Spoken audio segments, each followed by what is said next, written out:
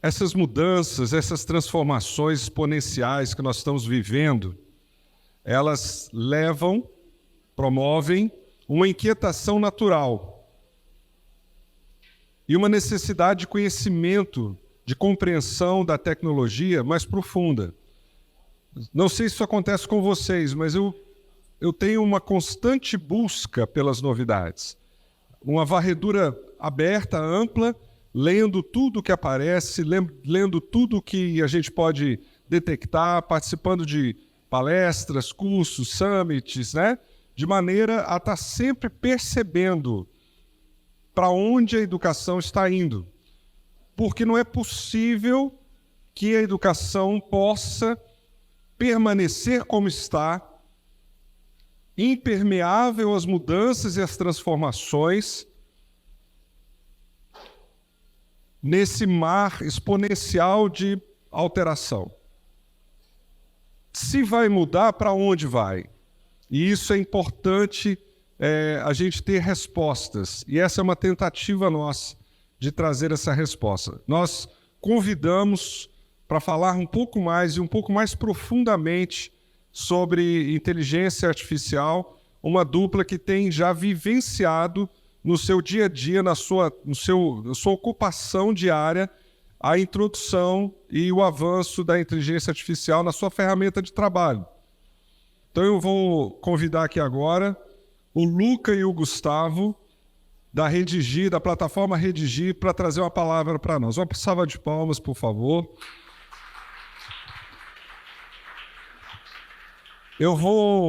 Eu sei que um é mais da área do marketing e o Gustavo é mais da área acadêmica, gestor pedagógico, coordenador da plataforma Redigir, e eles têm uma atuação já prática no mundo da tecnologia.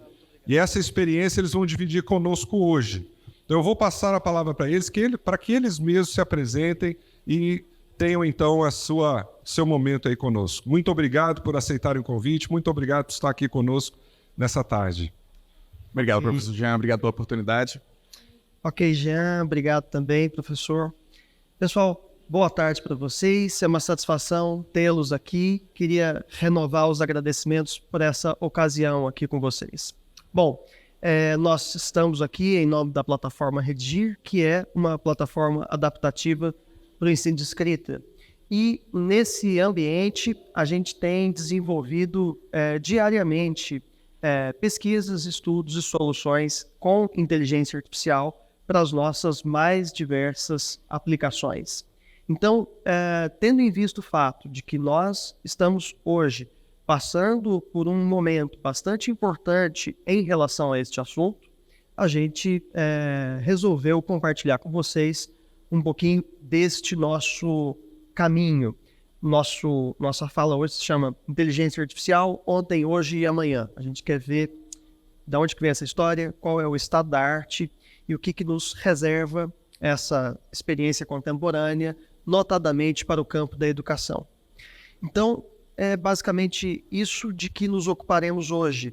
Em alguma medida, seguramente todos nós já tomamos contato com este assunto, mas vocês nos permitirão hoje uma abordagem um pouquinho mais aprofundada e inclusive em outras ferramentas de inteligência artificial que não apenas o ChatGPT. Tudo bem? Então, tenham todos um bom caminho aí com essa nossa experiência. Tenho certeza que a gente vai poder trocar um pouquinho logo mais. Luca, vamos nessa. Obrigado, Gustavo.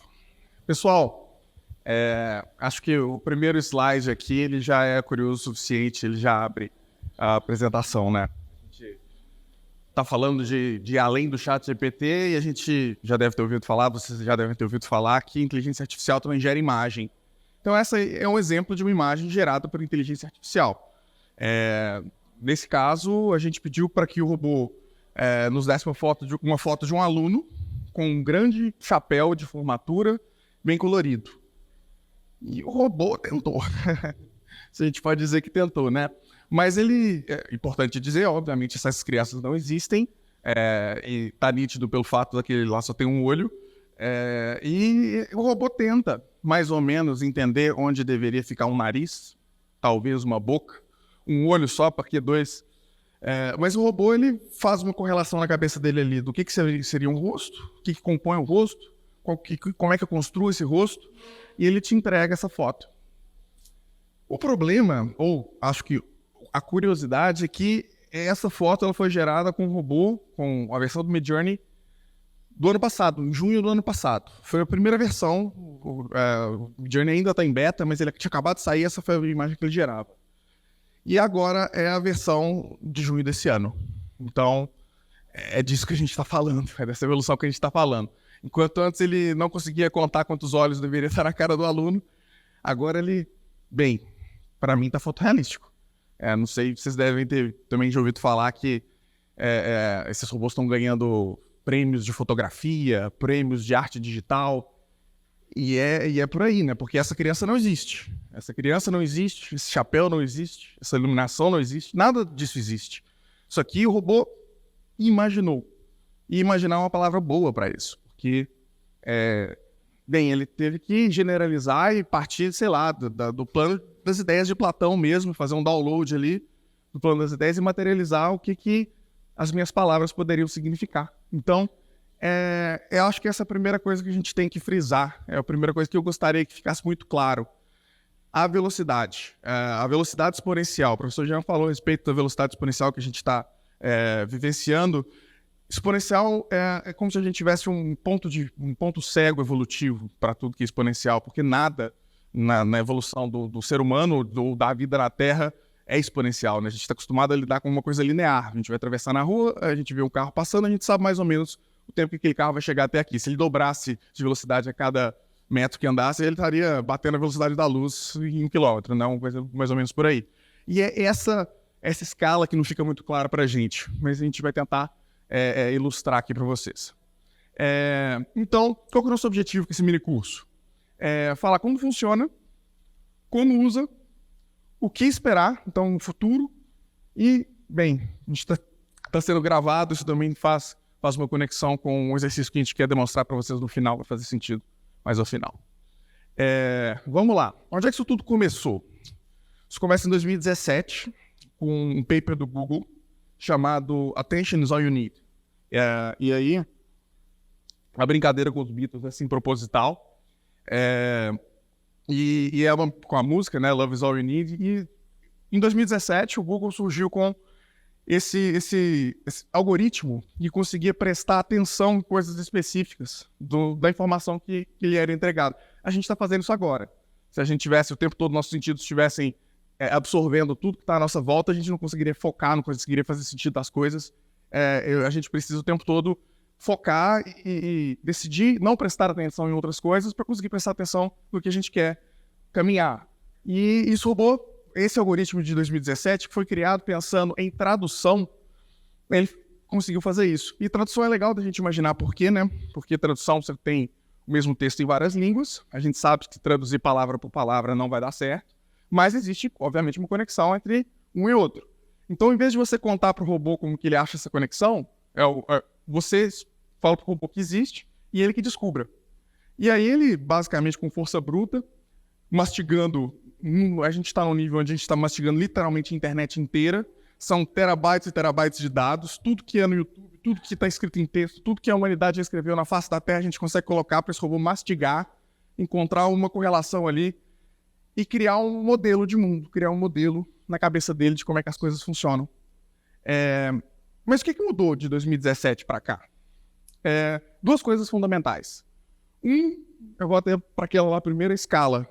A escala ela vem do fato do nosso celular estar cada vez mais rápido ano a ano, e a gente está vendo isso dobrar de velocidade, ou 1,5 vezes por ano, 2 vezes a cada 18 meses, se a gente quiser ser mais específico, mas isso vem acontecendo há 20, 30, 40 anos. A gente vem conseguindo colocar mais capacidade computacional dentro do mesmo chip, os computadores vão ficando mais fortes, chega num ponto que a gente consegue, de fato, mastigar a internet inteira e gerar alguma coisa a partir daquilo.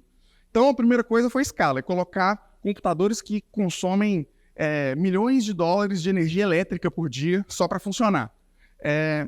Mas, ao mesmo tempo, quando você pega a internet inteira e mastiga e coloca na cabeça de um o robô, ele não tem nenhum compromisso com a verdade ou nenhum compromisso com o que nós, humanos, esperamos dele. Ele fala o que dá na cabeça.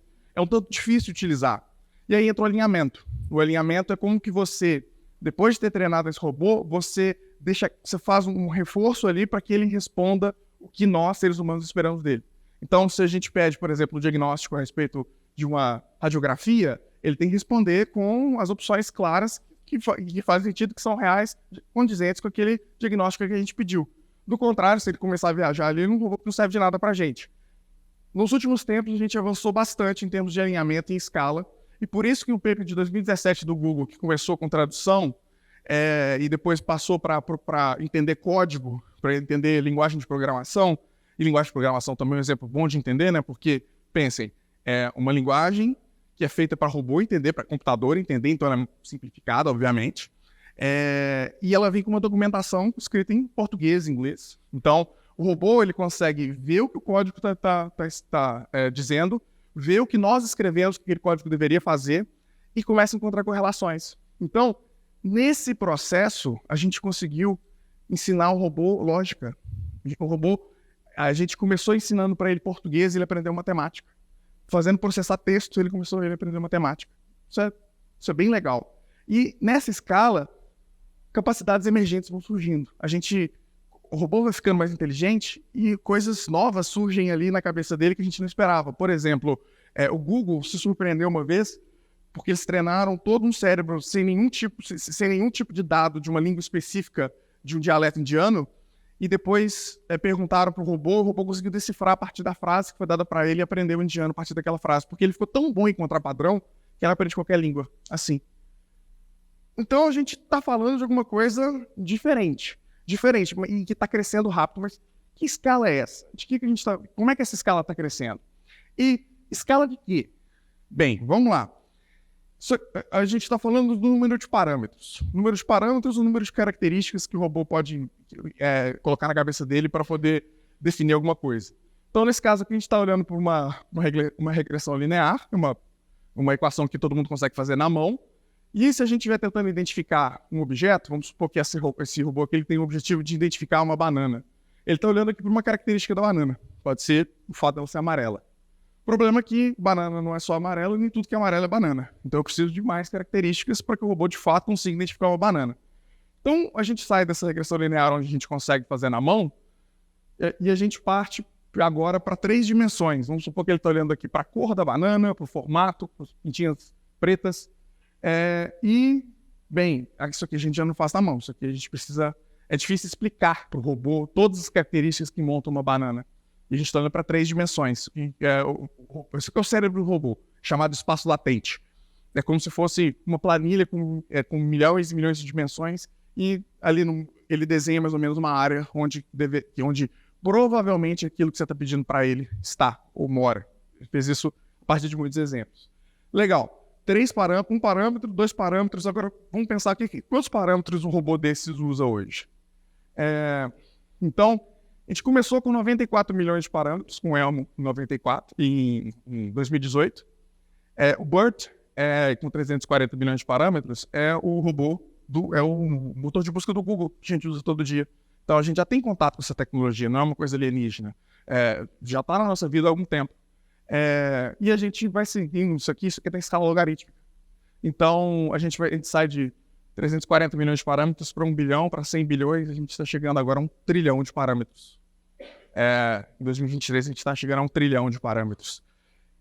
Mais uma vez, a gente não consegue compreender essa progressão. Não sei vocês, eu tenho certeza que alguns de vocês aí têm o mesmo problema. Para mim, é só um número grande.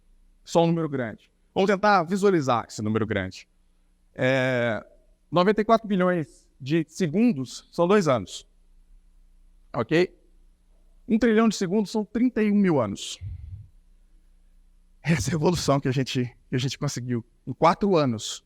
Não está parando, só está piorando. A gente está falando de parâmetro, mas parâmetro está longe de ser a única coisa importante para esses robôs.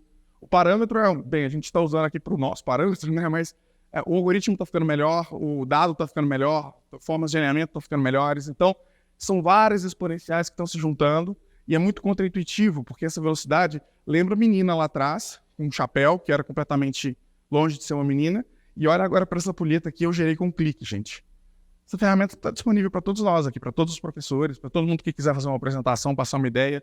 Você vai lá e fala, e ela desenha para você e com um clique. Eu trabalho com design, eu trabalho com comunicação, eu trabalho fazendo montagens, buscando imagens, tratando imagens. Eu não consigo descrever para vocês como foi transformador em toda a área de comunicação nos últimos 2 anos, como é que eles foram transformadores. Como é que a gente ganhou em qualidade, quantidade, velocidade, é incrível. Bem, mas para exemplificar mais uma vez, a diferença da gente sair daqui até Brasília, esses são 94 milhões de centímetros, como da Terra à Lua 20 vezes. É isso que a gente fez em 4 anos, não vai parar, vai acelerar. Ok, é disso. Então, vamos frisar mais uma vez. Tá rápido, vai ficar mais rápido, não vai voltar. Isso aqui, o dentifrício já saiu de dentro a pasta já saiu de dentro do tubo. Não volta. Ok, mas inteligência artificial, o que é inteligência? Eu não esperem que eu vá responder essa pergunta. A gente pode debater aqui durante muito tempo o que é inteligência. Acho que a pergunta está em aberto e até nunca foi tão divertida, né? Porque agora a gente tem um segundo exemplo de inteligência, porque até então a gente tinha o Homo sapiens sapiens, um tanto egóico da nossa parte colocar que a gente sabe que sabe, mas a gente fez alguns testes para poder medir inteligência e a gente convive com o Enem. A gente sabe quão difícil é treinar uma inteligência não artificial para passar no Enem. E esses robôs, eles passam em todos os testes standardizados que a gente passa para eles entre os melhores alunos. Então, isso aqui é o teste para ser advogado nos Estados Unidos, isso aqui é o CET para entrar em faculdade, isso aqui aqui é o teste de matemática, tem teste de medicina, tem teste de lógica, teste de história. Gente, esse robô está disponível no bolso de todo mundo, é como se fosse tipo assim, um super gênio, que está ali para responder o que você quiser. E ele passa em quase todos os testes que a gente colocou para medir inteligência entre nós seres humanos. O que a gente fez? O que é isso? O que esse negócio faz? E aí, que fica tão divertido, a gente tem alguns exemplos, a gente vai mostrar para vocês como é que a gente pode usar isso daí. Porque a gente está entrando na era dos copilotos.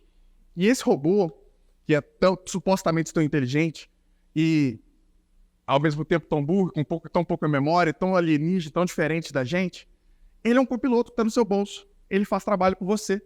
Ele consegue responder dúvida com relação ao imposto de renda. Ele consegue escrever e-mail. Ele consegue enviar e-mail para o pai que mandou um e-mail para a gente mal educado e a gente responde da forma mais educada da face da Terra. Isso é um caso real de uma escola nossa. É muito engraçado, é muito engraçado. O que, na Rede Gira, uma vez a gente teve que responder uma pessoa mal educada, eu falei com o Gustavo, coloca um pouco mais de amor nisso daí. Ele pediu para GPT, coloca um pouco mais de amor na mensagem. E o robô fez. Então, se isso não é interessante... Então, por que a gente fala que a gente está na era dos copilotos? Porque, primeiro, esses robôs não estão prontos para pilotar sozinho. Eles não são agentes, eles ainda estão aquém de conseguirem, de fato, fazer uma tarefa de ponto A a ponto B sozinho. Mas eles são ótimos em fazer um primeiro rascunho, eles são ótimos ali em te ajudar a dar um primeiro passo. E não é a gente que está dizendo isso. A Microsoft está colocando a GPT em absolutamente todos os lugares que você imaginar. O Bing é o lugar onde vocês vão conseguir usar GPT-4 gratuitamente de forma mais fácil. Vocês conseguem, a partir de lá, gerar imagem. Bing mesmo, o Google da Microsoft, se só entrar em bing.com, vocês vão conseguir ter acesso a GPT. É uma mistura desse super robô com o Google deles. E, bem, você pede para ele assim, planeja uma viagem para Salvador de 4 dias, por favor. E ele planeja, te dá o itinerário, te dá os custos, faz tudo, coloca numa planilha. É esse copiloto. A Microsoft está colocando isso no Excel. Faça para mim um gráfico. Faça para mim, a partir dessa planilha, faça uma apresentação. Então, isso tudo está chegando na mão de todo mundo. Isso daí está em todos os anúncios da Microsoft. Google está correndo atrás com tudo como pode. Então, a gente está na era onde esses robôs vão ajudar a gente. Então, cabe a gente aprender a usar.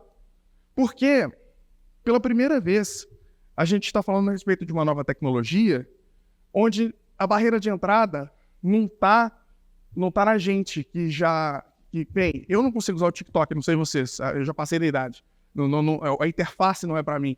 E eu acho que isso é natural de toda a tecnologia, né? Mas agora chega GPT, ou chegam essas inteligências artificiais, onde a interface é a linguagem natural. O que você precisa saber? É escrever e interpretar texto. Isso a gente sabe melhor que os nossos alunos. E eles estão usando. Então a gente não pode se furtar de aprender a se relacionar com essa ferramenta que é tão poderosa e onde a gente já está por cima, onde a gente já sabe como utilizar. É só conversar, é só explicar. Ela fala português. Então, aí vem um outro ponto muito importante da nossa fala aqui.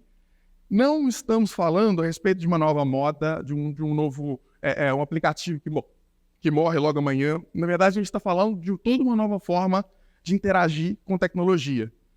Da mesma forma que antes a gente tinha o prompt de comando, onde eu tinha que digitar a linha de código e depois se transformou no Windows com a interface visual, onde eu consigo ir lá e apontar exatamente onde eu quero clicar. Agora a gente está no próximo nível, onde a gente consegue falar com a máquina. A máquina entende linguagem natural. E a gente vai começar a ver isso para tudo quanto é lado. Todo mundo, daqui a pouco o Android e o iPhone de todo mundo vai estar muito mais esperto. Daqui a pouco a nova solução de computação da Apple com os óculos, também todo comandado por voz.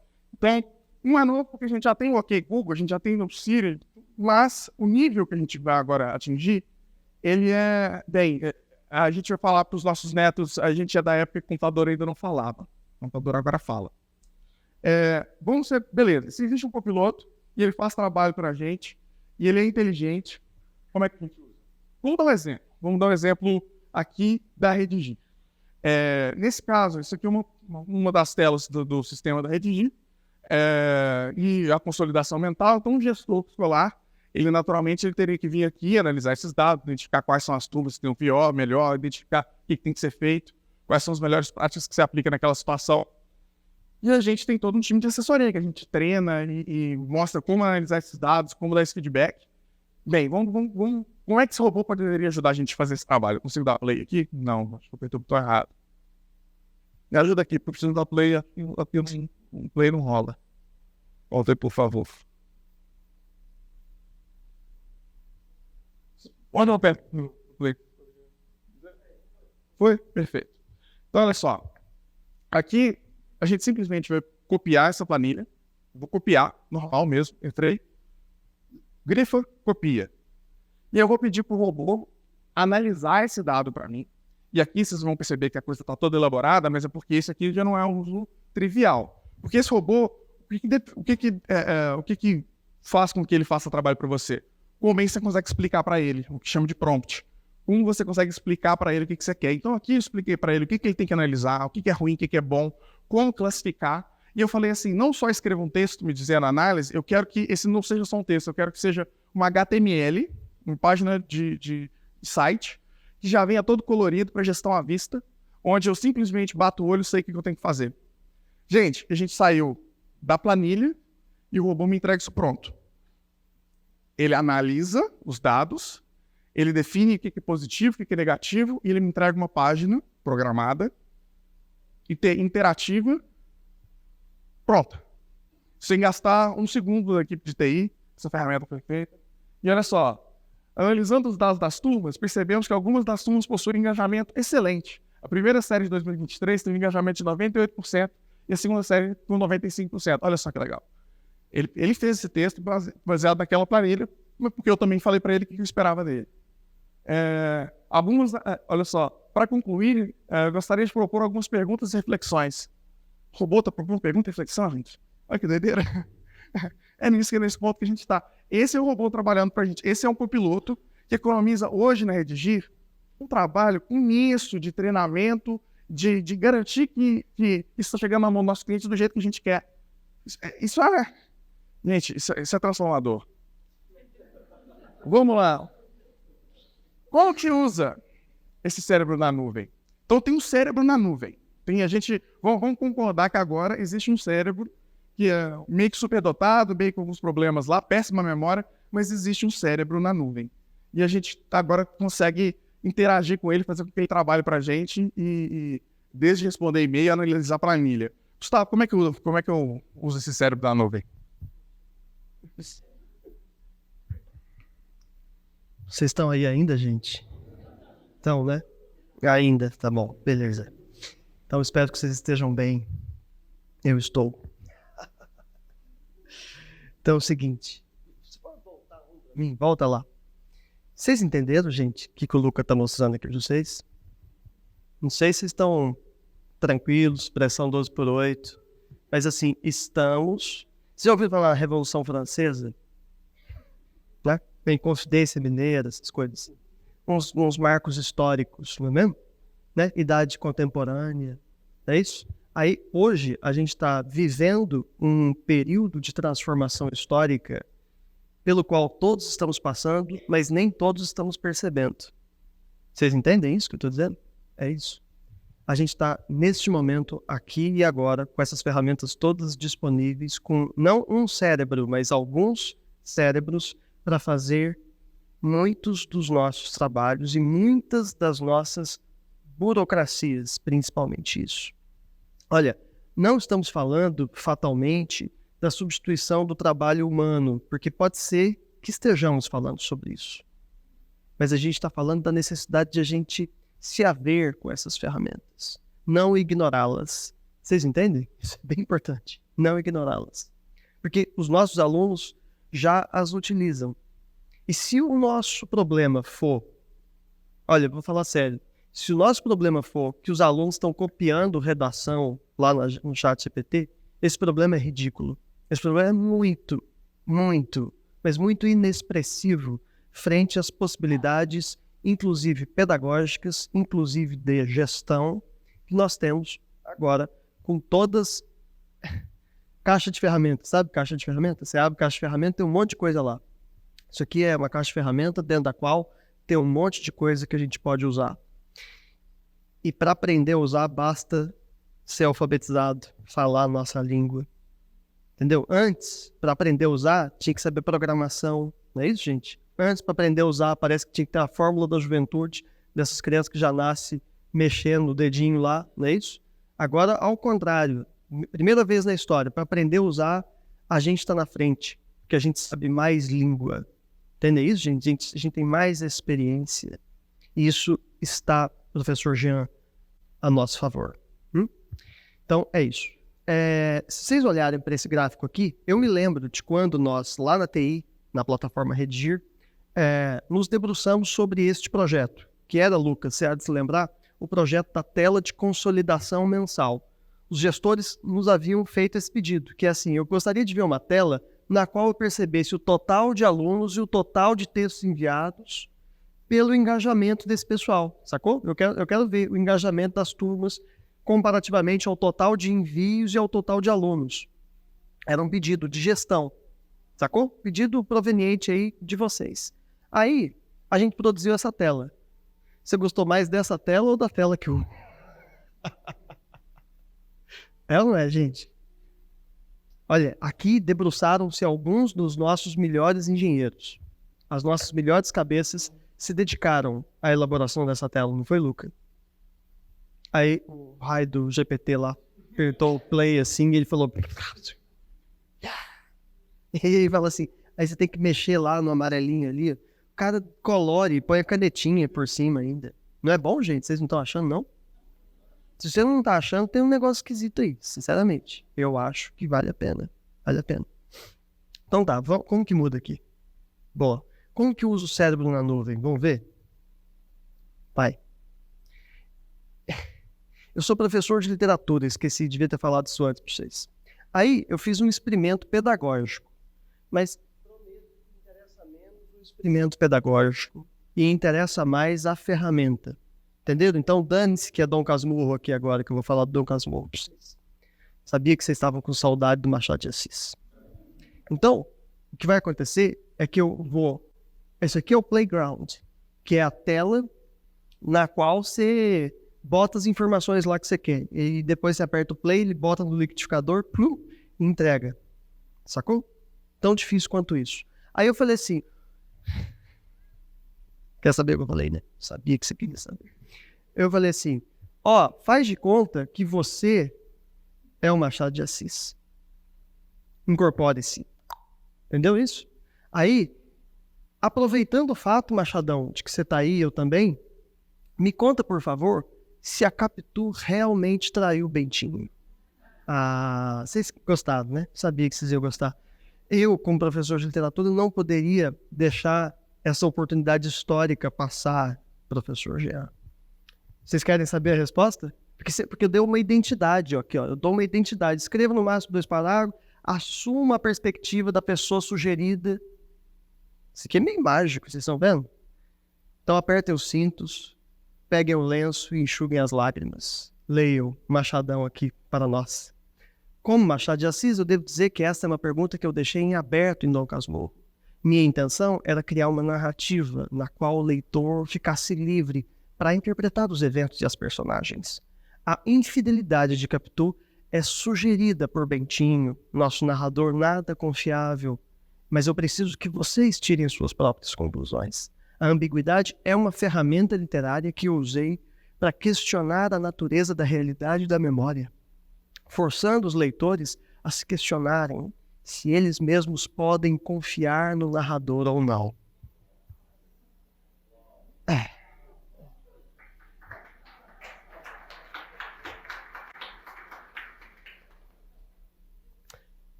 Ô, gente, sério, eu já dei essa aula aqui 80 vezes, mas eu fico arrepiado ainda hoje ao ler a resposta do chat para vocês.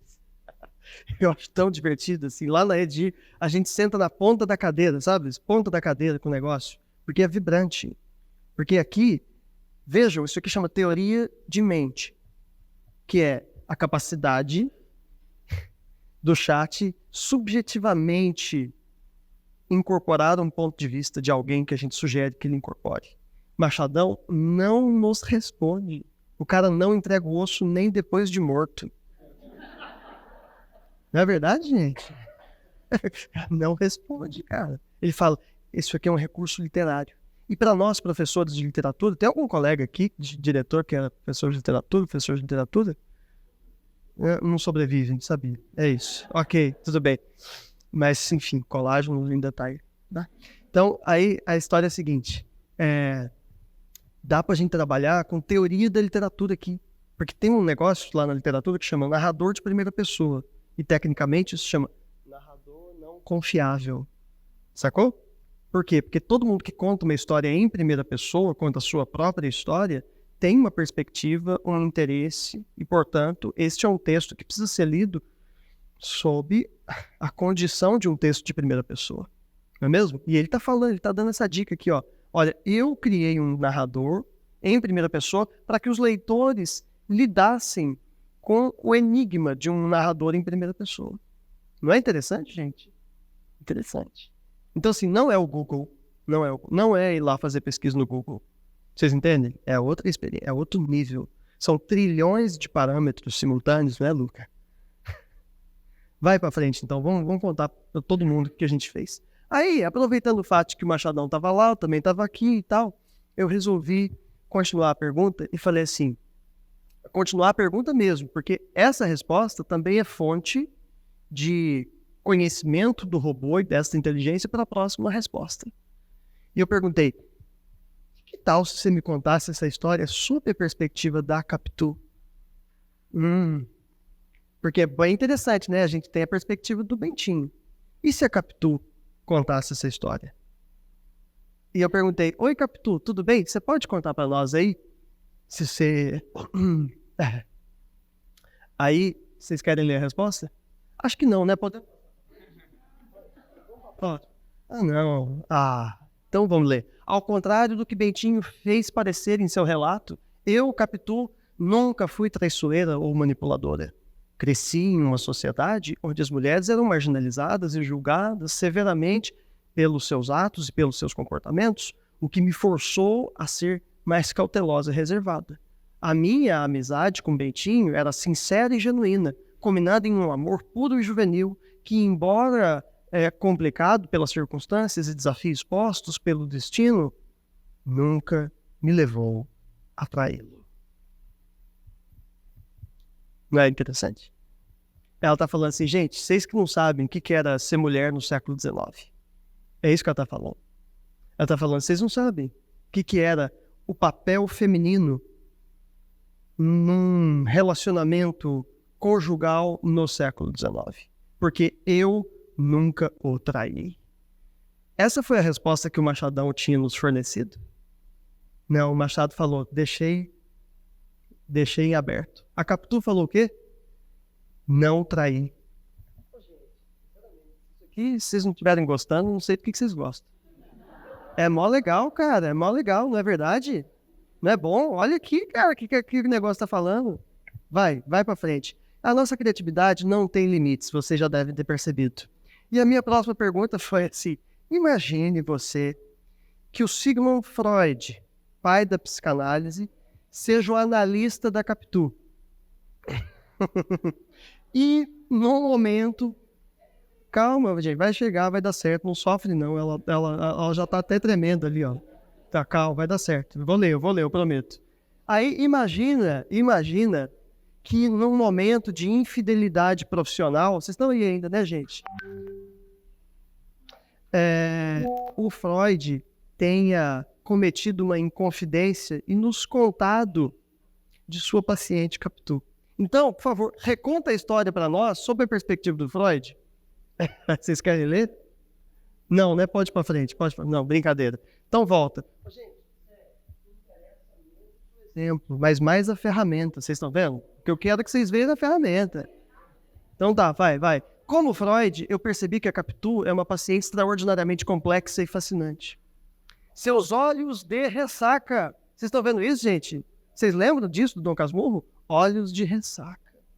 E o cara bota entre aspas, olhos de ressaca. Não é bom, gente? Quer dizer, olhos compenetrantes, não é mesmo? E o cara usa na resposta a grande e consagrada expressão de Machado de Assis. E depois o cara lera assim, é o Google. É o Google, vai. Seus olhos de ressaca escondem experiências de vida marcadas por intrincados jogos de poder e emotividade. Nas nossas sessões, Capitu retratou uma vida de pressões sociais, onde ela foi constantemente julgada e caluniada. Tudo isso culminou em um trauma emocional significativo relacionado à acusação de adultério, que nunca foi provada.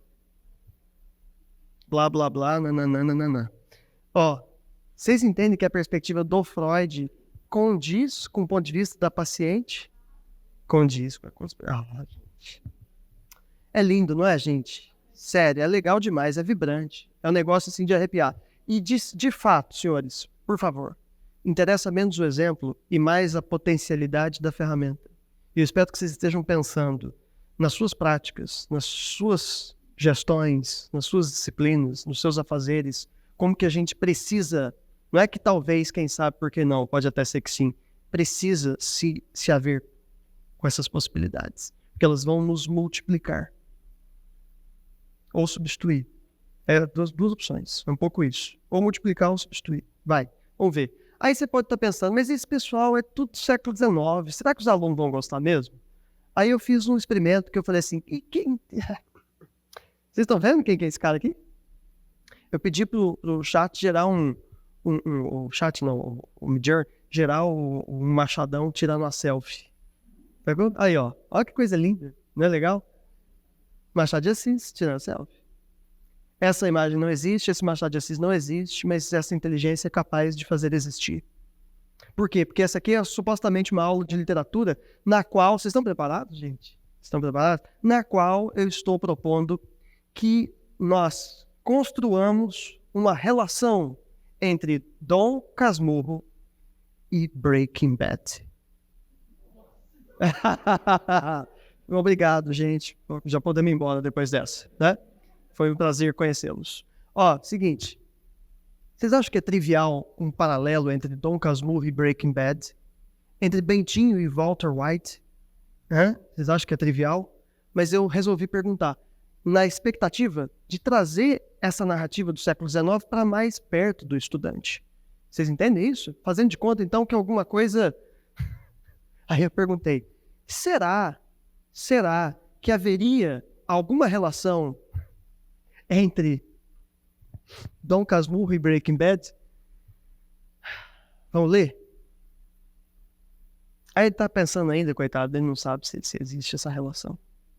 Olha ali, vocês estão lendo a resposta já, né? Apesar de serem gêneros e contextos diferentes, o cara já começa com uma ressalva, com uma conjunção concessiva, apesar. Não é bom, gente? Apesar de serem gêneros e contextos sociais diferentes. Existe uma certa analogia interessante entre Dom Casmurro e Breaking Bad. Ambas histórias são centradas na profundidade psicológica de seus protagonistas. Gostou? É ou não é, gente? É isso aí, cara. E continua. Bentinho e Walter White, que passam por dramáticas transformações de caráter ao longo da narrativa, provocada por suas próprias obsessões. Quero ver quem que ia responder isso na prova. Todo mundo, 0. É? Legal, não é?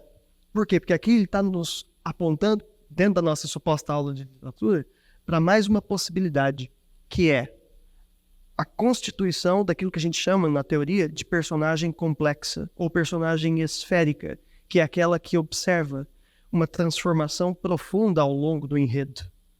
Sabe isso? Em oposição às personagens planas ou lineares, né? Que são, em geral, menos interessantes. Então ele fala, olha, são diferentes, mas Bentinho e Walter White são personagens complexas. São personagens esféricas e observaram grandes e profundas transformações psicológicas. Walter White era um pacato professor de química, se transforma num violento fabricante de drogas. E o Bentinho deu no que deu.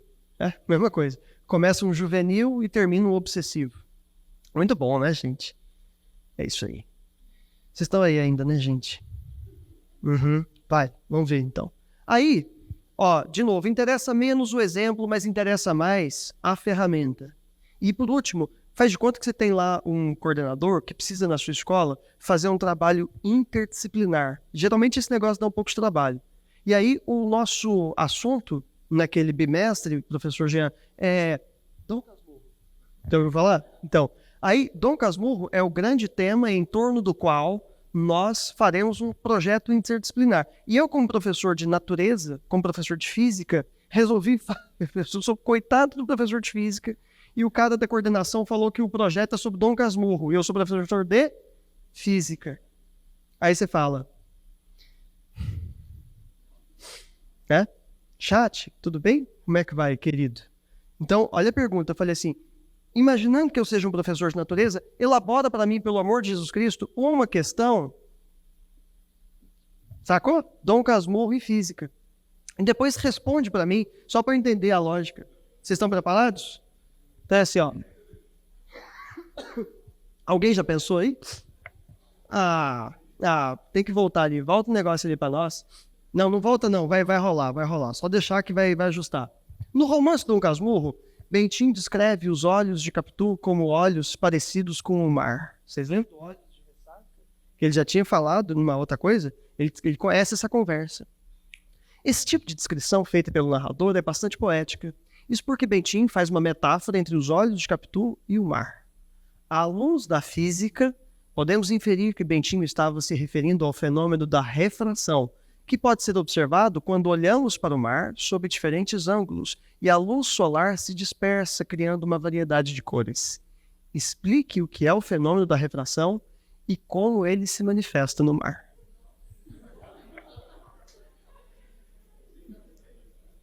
Né, gente? Né? Precisou de 1 trilhão de parâmetros para alguém descobrir qual que é a relação entre Dom Casmurro e física, mas descobriu, foi? Sabe, se você tivesse não gostado dessa resposta, você podia ter falado assim, faz uma mais fácil. Aí ele tinha reformulado e feito uma mais fácil. Faz uma mais difícil. Como é que foi aquela primeira, a que a gente testou? A gente, nos testes, você tem que dizer para o robô o que você espera, o nível de dificuldade, né? Mas eu tinha dito para ele que uma resposta, que uma pergunta tinha sido fácil, tinha pedido que ele fosse um pouquinho mais complexo. E ele me trouxe uma questão da relatividade de Einstein e a altura da casa, e como é que a gravidade estava diferente no segundo andar que no primeiro. Eu falei assim, me ajuda aí, meu amigo. Ainda tá muito. Bom, é isso.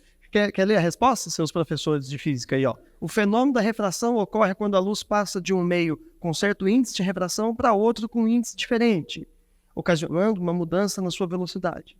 Isso provoca muitas vezes blá, blá, blá. Não sei o que é. Eu, como professor de literatura, só confio nessa resposta. Certo? Vai, Luca.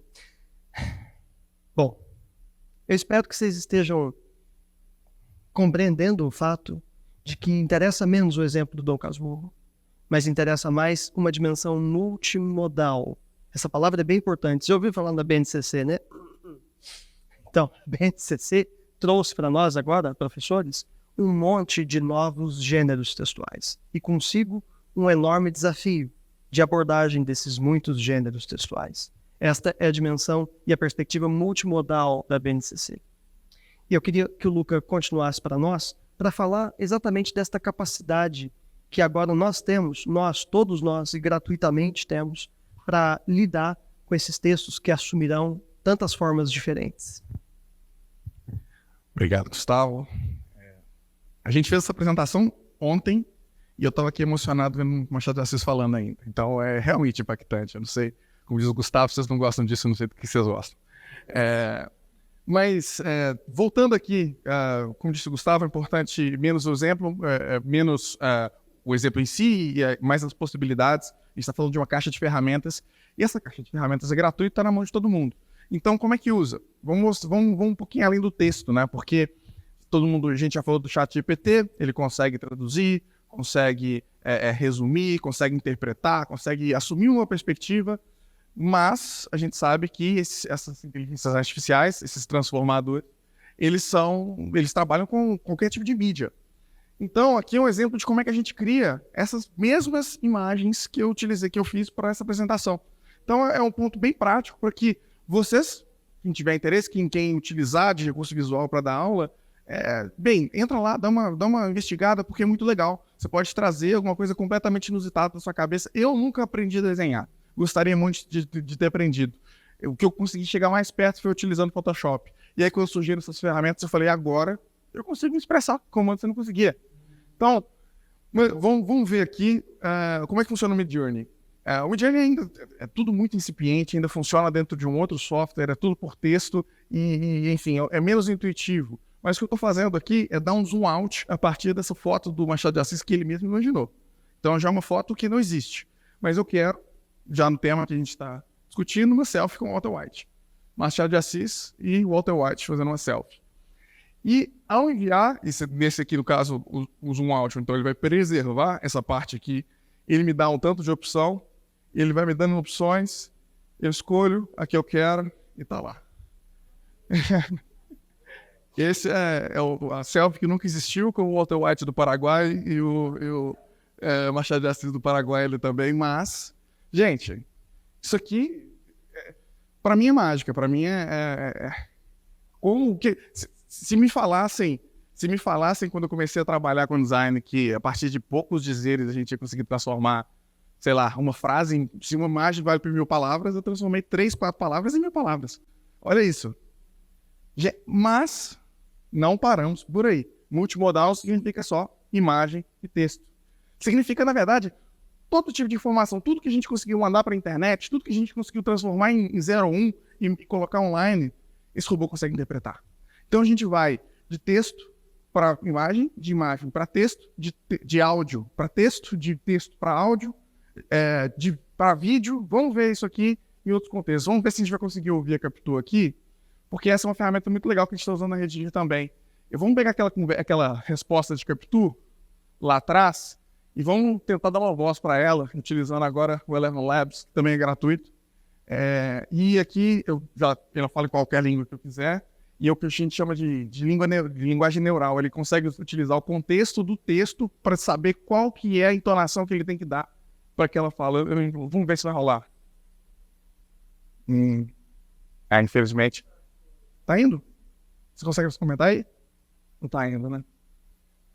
Então isso aqui vai ficar... Eu prometo que envio para vocês depois esse áudio de Capture.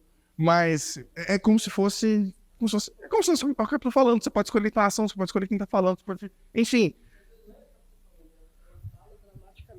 Entendeu? Tipo assim, ela lendo o texto, deixa eu ler aqui. Ela fala assim, ao contrário do que Bentinho fez parecer em seu relato, eu, Capture, nunca fui traiçoeira ou manipuladora. Ela tipo assim, ela interpreta a resposta, entendeu? Não é aquela voz robótica e não sei o quê. É muito doido, gente. Sinceramente. É a captura incorporada ali na coisa, sacou? Eu, nos meus tempos de graduação, gravava minha própria voz para eu poder ouvir eu falando, porque eu aprendo ouvindo. É sempre assim que eu aprendi.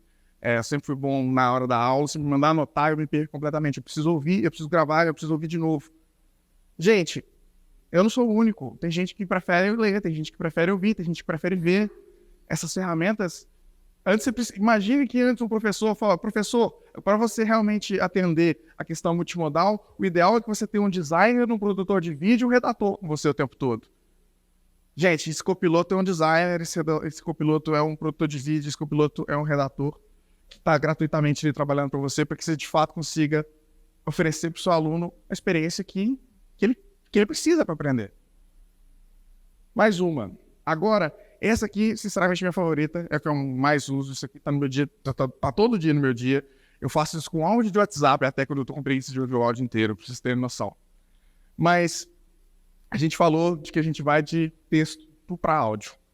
Então a gente vai de áudio para texto. Quando a OpenAI, que estava treinando o ChatGPT, percebeu que ela tinha acabado de ler todos os textos que estavam na internet, isso é um absurdo de dizer, mas ela falou assim, li tudo, o que eu faço agora? Ela olhou para o YouTube e pensou, putz, se eu conseguisse transformar aquilo tudo em texto, eu tenho muito mais coisa para ler, eu tenho um tanto de palestra para ler. Então foi isso que eles fizeram. Eles fizeram um robô que transcreve em poucos segundos. E aqui é um exemplo básico que, bem, a gente vai explicar inclusive para vocês no final, mas de alguém que eu preparando uma aula. Eu vi aqui uma palestra do Harari, achei muito interessante. O Harari é um cara muito interdisciplinar também, está falando de inteligência artificial, é um cara da filosofia, um cara da história. Bom, mas é uma palestra que tem 2 semanas que saiu, e ela tem 40 minutos, ela é em inglês, mas vamos ver se eu não vou conseguir levar isso para a sala de aula. E se eu levasse um resumo disso? Pô, mas como é que eu vou parar para fazer esse resumo? Não, a gente tem copiloto para isso. Aí eu posso pegar o arquivo normal, tô aqui minha aula do Harari, beleza, eu vou pegar o link e vou baixar um MP3 com um clique lá no Google. Então, eu, nesse momento, copio o link ali e vou jogar no programinha para baixar o MP3. Então tá aí, 43 minutos de áudio. E agora o que eu vou fazer com esse MP3? Eu não vou levar um podcast de 43 minutos em inglês para os meus alunos, né? Eu passo para o Whisper. O Whisper, que tem um nome maravilhoso, ele processa... Gente, a gente está falando do Whisper aqui, mas Microsoft tem um deles, o Google tem um deles, todo mundo tem o seu. Isso aqui é commodity. A ferramenta, ela é irrelevante. O ponto é que agora vocês têm esse superpoder de transformar uma aula de 40 minutos em um texto transcrito com o estalar dos dedos. Aí, mas eu agora vou levar 40 minutos transcritos? Não. Vai lá no GPT, pede para o GPT, resume para mim 5 tópicos. Escreve em português. Aí agora vocês vão perceber que eu não estou na GPT-4 mais, eu estou no GPT 3.5 Turbo 16K. Esse 16K significa que ele pode ter até 4 vezes mais contexto. Quer dizer que ele pode processar textos muito mais longos. E aí eu tenho a aula preparada. Só imprimir e levar. 5 tópicos, traduzido na mão. Gente, isso eu gosto de falar na empresa, sempre surge uma tecnologia nova dessa, eu falo nos grupos, gente, eu tenho um novo superpoder. E é assim que me sinto. Deixa eu só fazer uma parte aqui. Uma coisa que assim, é plenamente fazível, é só você orientar os seus professores a aprender o processo e colocar para acontecer. É o seguinte, os professores agora podem, eles mesmos, com o telefone que eles têm, gravarem suas aulas. Aí ele grava a sua aula, ao final da aula ele faz esse processo e ele tem o material para oferecer ao estudante, para compilar, e ao final do ano ele tem o curso dele. Entende isso? Aí ele pode ir lá na outra ferramenta de gerar a imagem e ilustrar o curso dele sobre qualquer disciplina, de qualquer série. Entende isso, gente? Então, assim, o poder de fabricação de material didático que a gente tem a partir dos nossos próprios colaboradores em sala. Vai lá, Lu. Não é GPT preparar a aula para mim, é a minha aula com o meu conteúdo que eu pedi para GPT simplesmente fazer burocracia. A gente resolve essa parte chata de transformar. Quem já trabalhou com jornalismo, quem já deve transcrever algum tipo de entrevista, sabe o trabalho árduo que é. Gente, isso aqui está na mão de qualquer pessoa, só que. Legal. A gente falou a respeito de um cérebro na nuvem. A gente falou a respeito de copiloto. Então, é um copiloto que ele tem teoria de mente. Então, ele consegue assumir outra perspectiva. É um copiloto que consegue cruzar literatura com física. É um copiloto que consegue preparar a questão. É um copiloto que consegue responder questão. O que a gente consegue fazer com isso, então? O que a gente consegue fazer? Essa caixa de ferramentas é como se tivessem inventaram um celular, inventaram um GPS, tá faltando alguém juntar os dois para fazer o Uber, né? E aí, as peças estão aí. E várias coisas vão surgir da Redigir, de todo quanto é lugar, usando essas novas ferramentas, porque essas novas ferramentas, elas são um superpoder. E aí, para mostrar para vocês o que a gente está fazendo na Redigir, para te mostrar o laboratório da Redigir funcionando, queria dar um passo para trás e queria falar por que a Redigir existe. Um problema foi posto lá na década de 80 por Bloom, foi um estudo a respeito de qual que era a performance dos alunos comparado com o tamanho da turma. E ele percebeu que alunos que tinham um tutor acompanhando o seu progresso ali de perto performavam 2 desvio padrão, 2 sigma, 2 desvio padrão, melhor do que um aluno de uma turma com 30. E assim, isolado todas as outras variáveis. E a gente pode até ter uma questão ou outra com essa afirmação, o estudo ele é muito sólido, mas de toda forma a gente há de convir que um aluno que tem um Aristóteles do seu lado te ajudando, ele vai progredir mais.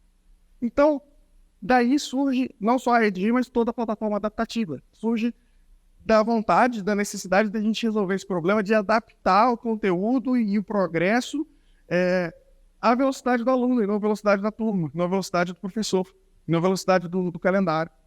Então, a gente criou um tanto de ferramenta, um tanto de forma para que o aluno conseguisse receber o conteúdo dele. Na Redigir, não sei se vocês sabem, que o aluno lhe manda uma redação, ele recebe essa redação corrigida, quando ele clica no erro, ele vai para uma videoaula, para um exercício, exatamente do que ele errou. Então, a plataforma vai se adaptando ao aluno. Mas, ainda assim, está longe de ser um Aristóteles ali do lado dele. Mas agora a gente está falando de...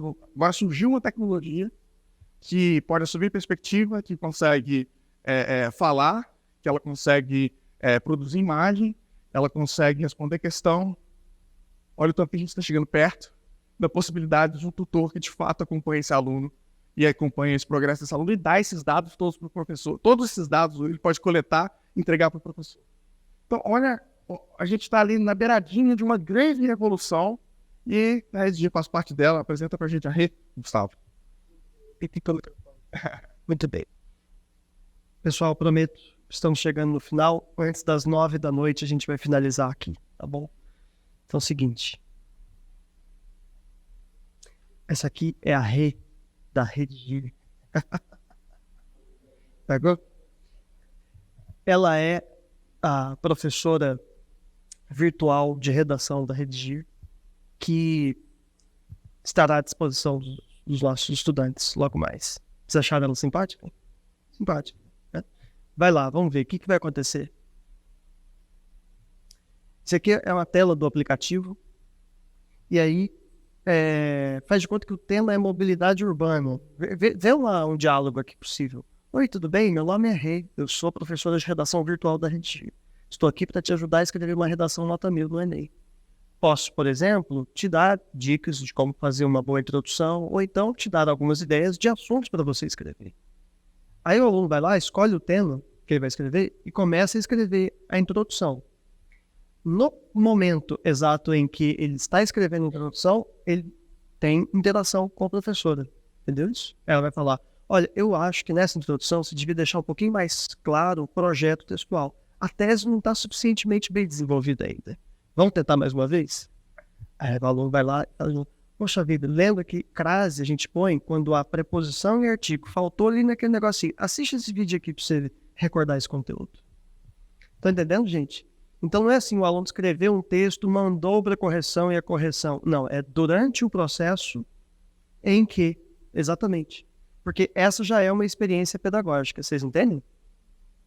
Então é isso. O que a gente está dizendo é, se a gente tem tantas ferramentas à disposição, textos multimodais e interações inteligentes e pedagogicamente produtivas, do mesmo modo como a gente fez aquele HTML, que é aquela página traduzida para os gestores e professores que precisam cuidar de suas turmas, a gente também tem um projeto em curso para entregar para os estudantes. Vocês entendem? E aí, quando eu falo que o problema de os alunos estão copiando lá no GPT, que esse é um problema insignificante, embora ele seja um problema real, é que assim, nosso olhar precisa se ampliar para a questão do plágio. O plágio não é o ponto de partida dessa discussão. Vocês entendem, pessoal? Ok? Então, a gente tem muitas possibilidades. Queria agradecer a possibilidade de compartilhá-las aqui com você. Vamos mais uma. Nós temos a revista Redigir, está aí distribuída para vocês. Nela, eu falei que eu sou professor de literatura, mas por alguma coincidência eu também sou professor de redação. E aí, na nossa área, em redação particularmente, parece que se nós conversarmos, professor Jean, com 10 professores de redação, nós teremos 10 metodologias diferentes, entende? A nossa disciplina de linguagens, ela é muito autoral, ela está muito apoiada na experiência do professor. Parece que outras áreas já sedimentaram melhor essa coisa do método, sacou?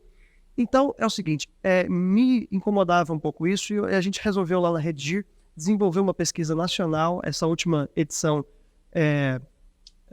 compilou, né, estudou, teve como corpus 70 mil redações, então não é trivial, em todo o território brasileiro, indo atrás de tentar identificar quais práticas pedagógicas ensejam os melhores resultados em redação.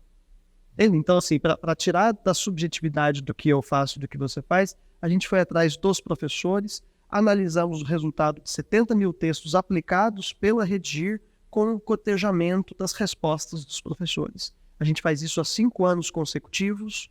Esta edição tem o relatório desta pesquisa nacional sobre redação. O que está acontecendo?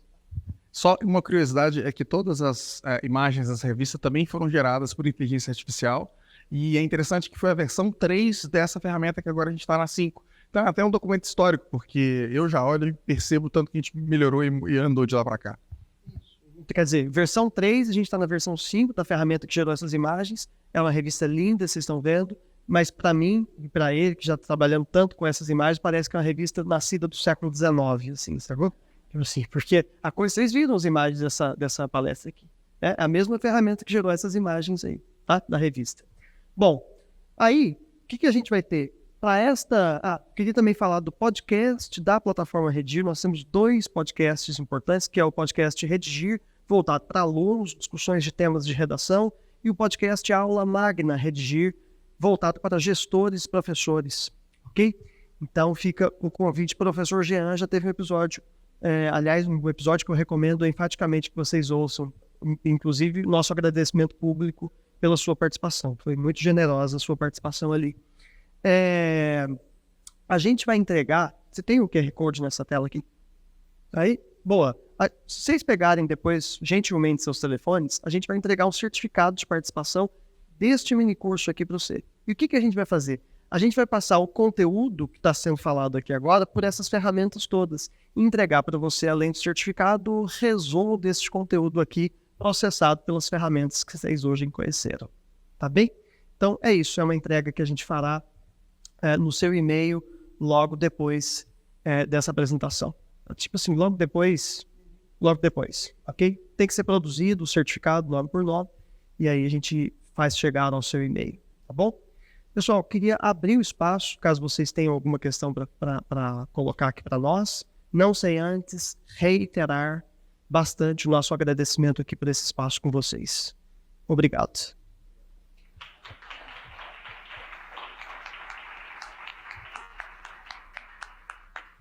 Muito obrigado. Acho que a palavra que está na cabeça de todo mundo é inquietante, ou desconfortável, né? Ou desconfortante, mas eu acho que é por aí mesmo. Eu soube recentemente, eu sou enxadrista amador, e soube recentemente que já existe um torneio de xadrez, que eles estão chamando de xadrez centauro, porque é permitido você usar qualquer tipo de inteligência para poder te apoiar nas partidas. Aí é uma categoria à parte. Por quê? Porque é impossível um ser humano, sem um copiloto, ser assessorado num campeonato como esse. Ok? Beleza, vamos fazer uma analogia com as escolas. O campeonato hoje das escolas, ele não é regulamentado. E já existem escolas centauro por aí. E você está competindo contra elas. Tecnologia não é opção, mas não pode ser. Para quem acha que é, desce do trem. Se você não quer pagar o preço, desembarque. Essa é a realidade que tem que ficar marcante daqui para frente, e vocês, com maestria, deslindaram essa realidade para todos nós. Muito obrigado. Vamos deixar, então, aqui uma lembrança de Minas para cada um de vocês. Por favor, Gustavo, por favor. Tem nome? Sim. Ah, que legal. Essa aqui é do Gustavo. E essa aqui é do Luca. Muito obrigado, Luca e Gustavo. Eu gostaria... Vamos tirar uma última foto aqui. Obrigado. Pessoal, tem uma questão que eu esqueci de falar na minha despedida, que é o seguinte: vocês, nas suas unidades escolares, se desejarem fazerem contato conosco depois, para a gente poder conversar especificamente sobre a sua realidade, as aplicabilidades possíveis nos projetos da sua escola, nós, pessoalmente, aqui estamos disponíveis para isso também, tá bem? Então, que de repente sirva como possibilidade. Excelente. A gente tem que salientar também que os nossos parceiros, apoiadores, estão com stands aqui fora. Tem gente que, né, coffee break, palestra coffee break, palestra, almoço, tá? Ainda não foi lá. Tem uns stands ali, tem um lugar para tirar foto. Marca o hashtag ANEB, né? Andréia, por favor. Vamos encerrar nossa tarde. Antes da Andréia falar, nós vamos ter um culto à noite. Vai começar às 19h30. O pessoal que está hospedado no Ramada Shop, como é que chama? Minas Shop ou Minas Casa. Não dá tempo, simplesmente, de vocês se deslocarem numa sexta-feira em Belo Horizonte, daqui até lá, de lá para cá. Então a gente convida vocês a ficarem por aqui, né, descansarem um pouco, se recuperarem, e às 7h30 em ponto nós estaremos começando. Aqueles que estão nos hotéis aqui perto podem se deslocar se quiserem, fiquem à vontade. Se não, fiquem por aqui também. 19h30 inicia nossa celebração da noite. Nós teremos 2 convidados muito especiais. A Jazz Band da IBBP, que vai fazer música e louvor para nós, e o pastor Igor Miguel, autor, educador, esteve conosco no congresso do PREI, do lançamento da nossa formação, em nosso programa de residência e educação integral, e estará conosco aqui hoje à noite, e você não pode perder isso. Além disso, esse evento acontecerá aqui no nosso auditório, onde você fez seu credenciamento, ok? E ele está aberto à comunidade educadora batista aqui de Belo Horizonte. Então é provável que a gente tenhamos nossos professores ali, outras pessoas, colaboradores também participando. Acho que isso a André vai falar. Claro! Eu espero que vocês tenham tido um dia maravilhoso. A nossa escola estava em operação o tempo todo, né? Nós temos quase 1.300 estudantes, então é muita emoção acontecendo ao mesmo tempo. Torneio de robótica, escola em operação, entrada e saída dos pais, processo de admissão e a presença de vocês aqui. E nós estamos muito felizes. Os nossos estudantes, eles estão tão orgulhosos de receber vocês, que eu tenho recebido assim, no rostinho deles e algumas falas, o pessoal do congresso, né? É muito chique a nossa escola ter isso, né? Falei, é chique demais. Então, a nossa escola está muito feliz. Eu espero que vocês tenham sido recebidos aí com muito carinho pela nossa equipe, né? E hoje eu já dei um spoiler um pouquinho mais cedo, que é sobre o MOB. E quem vai ficar até às 19, 19h30, não deixa de prestigiar os nossos estudantes. O que é o MOB? É um projeto, nós estamos na 2ª edição, acontece toda última sexta-feira do mês. E ela contempla o estudante empreendedor, o pai empreendedor e um funcionário que também é empreendedor, que complementa sua renda. Então, nós disponibilizamos as barracas, nós vamos ter um espetáculo também, vai ter uma palestra, vai ter o coral do colégio, ele acontece das 17 às 20. Então, dá para você aproveitar quase toda a nossa programação. E também contribuir, né? Comprar uma coisinha aí na mão do nosso estudante, né? Porque aí vocês vão deixá-los mais felizes ainda. Né? Agora, uma dica para amanhã. Amanhã, às 9 horas, nós vamos fazer um tour pela escola, que eu creio que vocês querem também conhecer o nosso espaço externo. Não é? E o que nós temos de salas também aqui no nosso prédio principal. Então, eu sugiro que venham com um sapato bem confortável. É um campus grande, nós temos um teatro de arena, vamos caminhar na rua de pedra. Então, venham preparados para essa caminhada, viu? Porque aqui, quando a gente vai andando, de repente, né, o celular apita, registrar caminhada, né? Porque o campus é grande. Então, eu espero que seja também uma manhã abençoada, uma manhã, né, brilhantada aí pelo Senhor, cuidada, não é, Jean, de tudo isso que a gente tem vivido. Que bênção, que privilégio, né? Muito obrigada a todos vocês, viu? Obrigada, Jean. Obrigado, Andréia. Realmente é um privilégio. E chegamos, então, ao fim das palestras de hoje, mas não ao fim da nossa atividade. Esperamos todos vocês às 19h30 ali no nosso anfiteatro, para a gente ter um momento de enlevo, momento de louvor junto, momento da gente lembrar por que a gente está nessa missão. Isso aqui tem propósito, gente. Não vamos esquecer isso não, tá bom? Ah, não, eu ia falar isso agora. Já apresentei, mas eu vou chamar ela aqui de novo.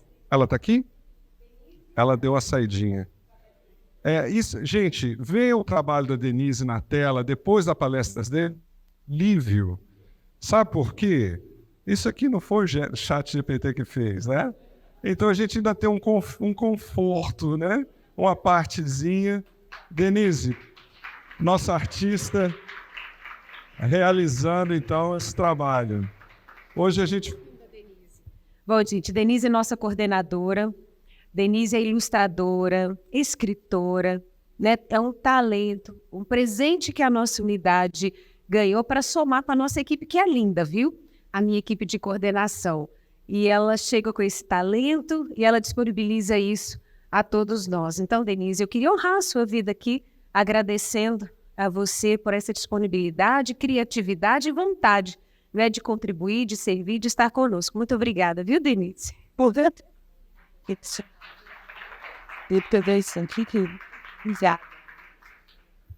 Obrigado, pessoal. Então, até às 19h30 estamos encerrados.